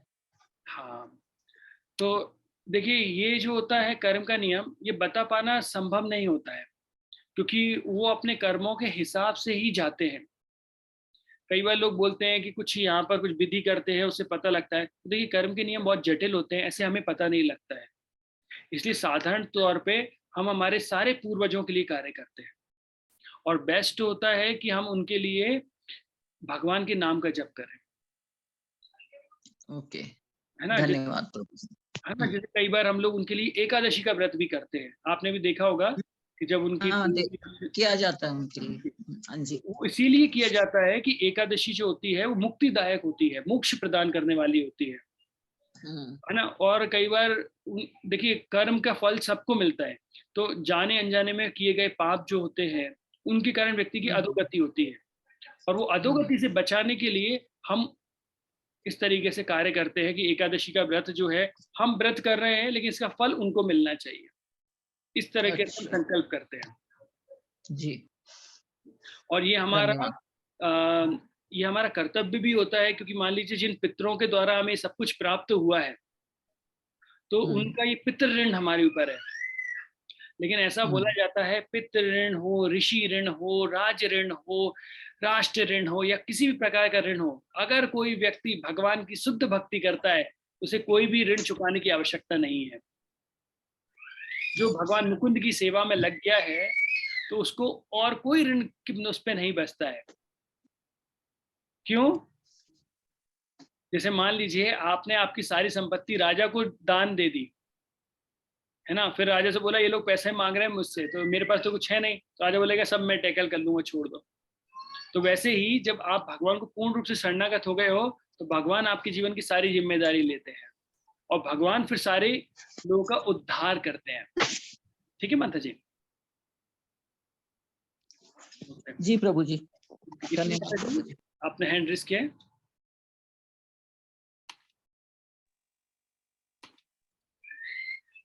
हरे कृष्णा प्रभु जी, धन्यवाद।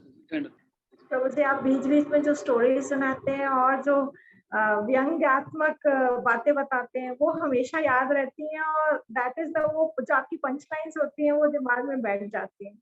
सो हम गलती करने से पहले सोचते हैं कि हाँ प्रभु जी ने ऐसा बताया, but these are the common mistake we do.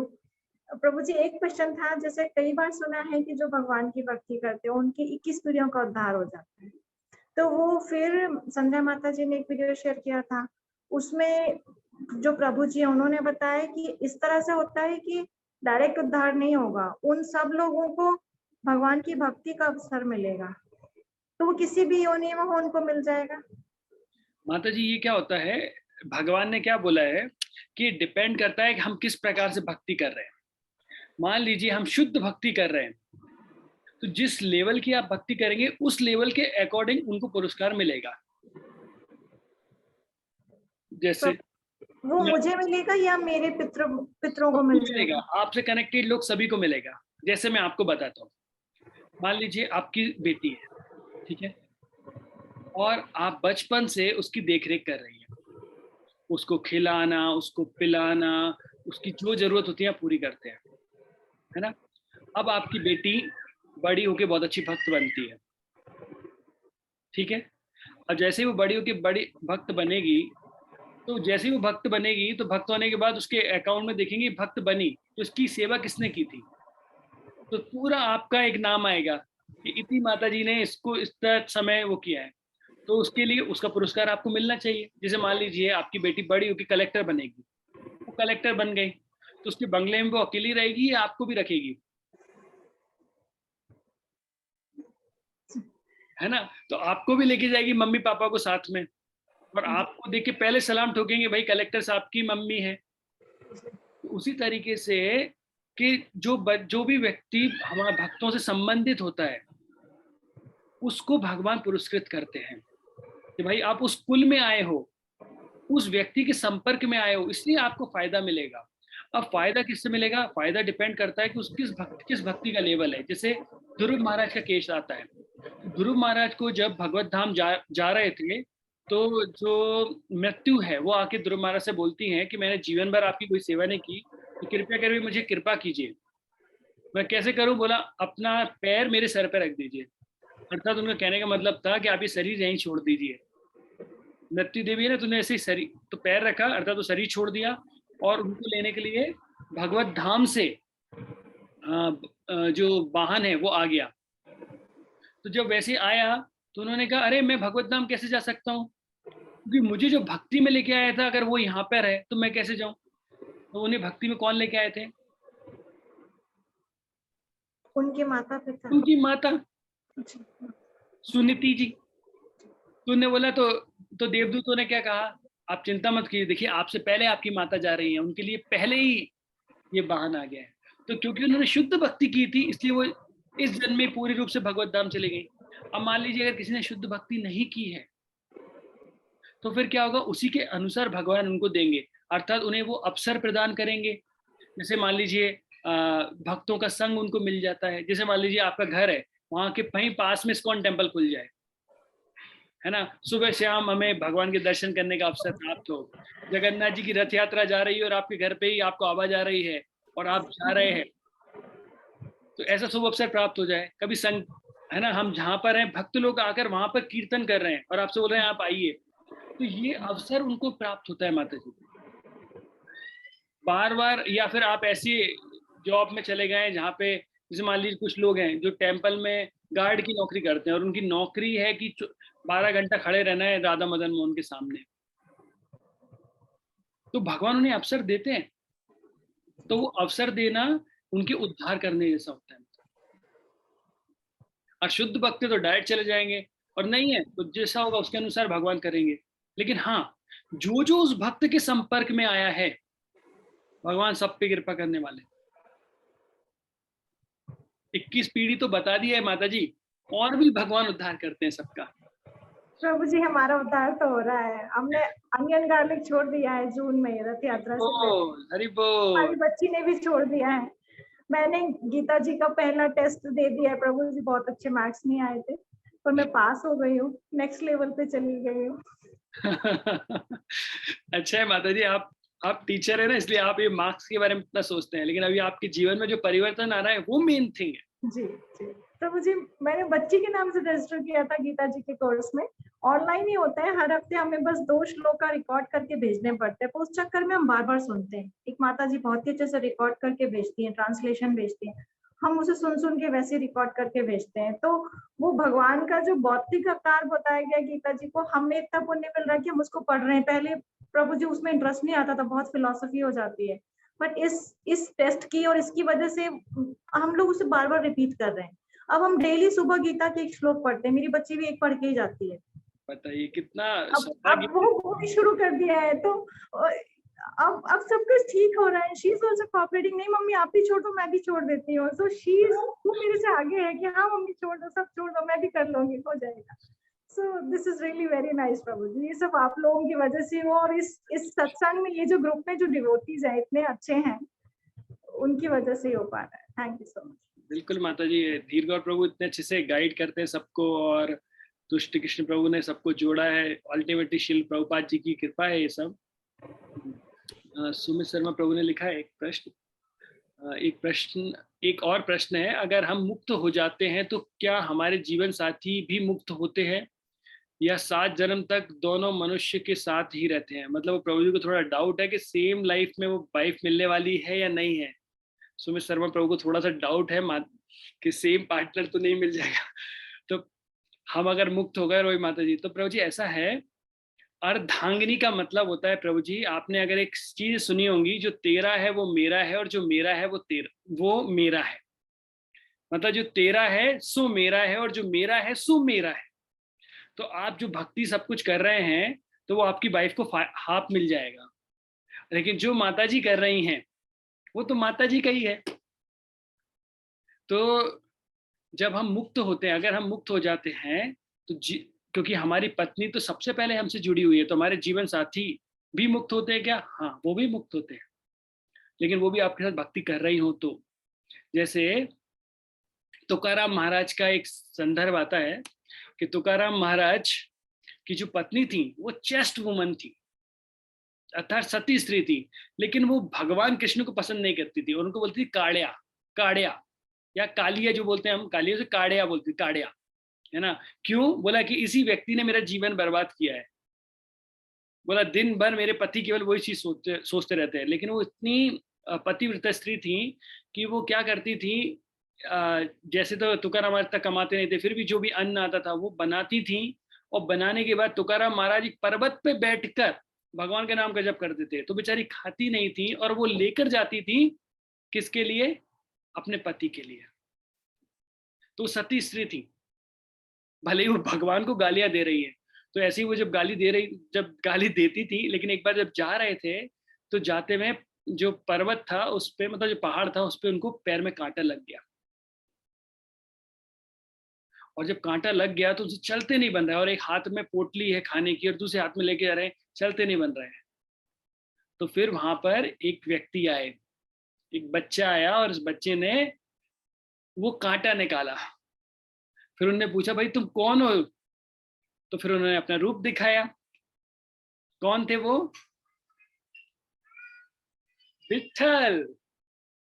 Vitthal. और जैसे उन्होंने देखा काड़िया, तो वो और गुस्सा हो गई, और फिर वो तुकाराम महाराज को जाके बताती है। अब देखिए, अभी तुकाराम महाराज वो बोल रहे कि मेरी पत्नी कितनी सौभाग्यशाली है कि उसे भगवान के दर्शन हो गए, और तुकाराम महाराज बोला मैं दिन भर भजन करता हूँ, मुझे भगवान के दर्शन नहीं हुए।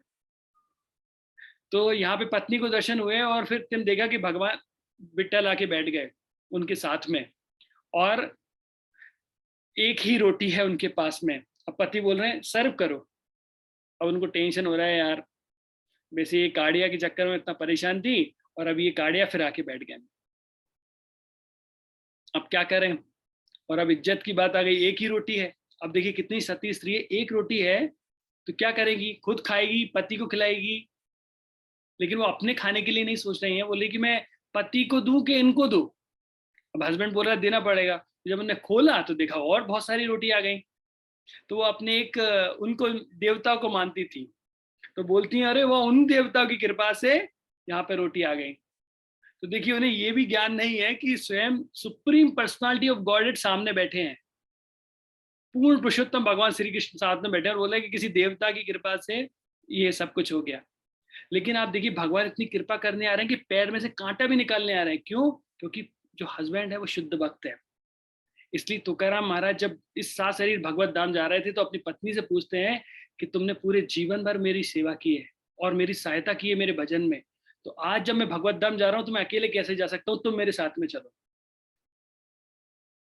तो उनको लगा कि भगवत धाम मतलब कहीं जा रहे हैं 2-4 दिन में आ जाएंगे। तो उन्होंने बोला कि नहीं आप चले जाओ, मैं बच्चों की देखरेख यहाँ पे करूंगी। तो तब तुकाराम महाराज ने कहा, बोला कि समझ में नहीं आएगा, लेकिन वो अकेले चले गए। तो अगर आप शुद्ध भक्ति कर रहे हैं तो आपके वाइफ या हस्बैंड तो गारंटी से भगवत धाम जाएंगे और भगवान उन पे स्पेशल कृपा करेंगे। लेकिन मतलब वो चेस्ट होना चाहिए। देखिए भगवान को गाली देने के बाद भी, और भी तुकाराम महाराज की बहुत कथा है, मैं कभी बाद में बताऊंगा आपको। ठीक है सुमित प्रभु जी, हरे कृष्णा। और दोनों मनुष्य बन गए तो भी प्रभु जी आपको भक्ति करने, फिर आपने लिखा है यह 7 जन्म तक दोनों मनुष्य बन के साथ में रहते हैं। अब हस्बैंड वाइफ बन के रहेंगे वो तो पता नहीं मुझे, हाँ लेकिन दोनों भक्त जरूर बनेंगे प्रभु जी। अगर इस जन्म में आए भी तो भक्त बनेंगे और दोनों को मौका मिलेगा भगवत धाम जाने का। ओके, तो आई थिंक अभी सभी के डाउट्स पूरे हो गए होंगे, और अगर नहीं हुए तो हम अगली क्लास में ले लेंगे क्योंकि ऑलरेडी 10 से ज्यादा बज चुके हैं। तो बहुत बहुत धन्यवाद आप सभी का इतना धैर्यपूर्वक प्रवचन सुनने के लिए, इतने सारे प्रश्न पूछने के लिए। जगत गुरु श्रील प्रभुपाद की जय। ग्रंथराज श्रीमद् भागवतम की जय। सामेत भक्त बिंद की जय। जय गौर प्रेमानंदे। हरि हरि बोल। हरि बोल।